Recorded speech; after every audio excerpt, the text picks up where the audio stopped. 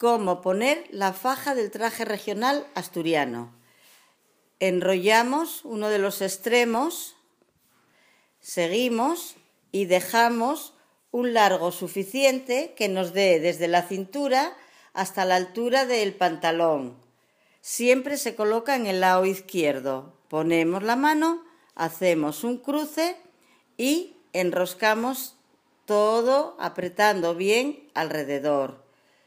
Le damos las vueltas necesarias y cuando vemos que se está acabando lo enrollado, lo vamos estirando, lo metemos por la parte de arriba y ya está. Sencillo y fácil.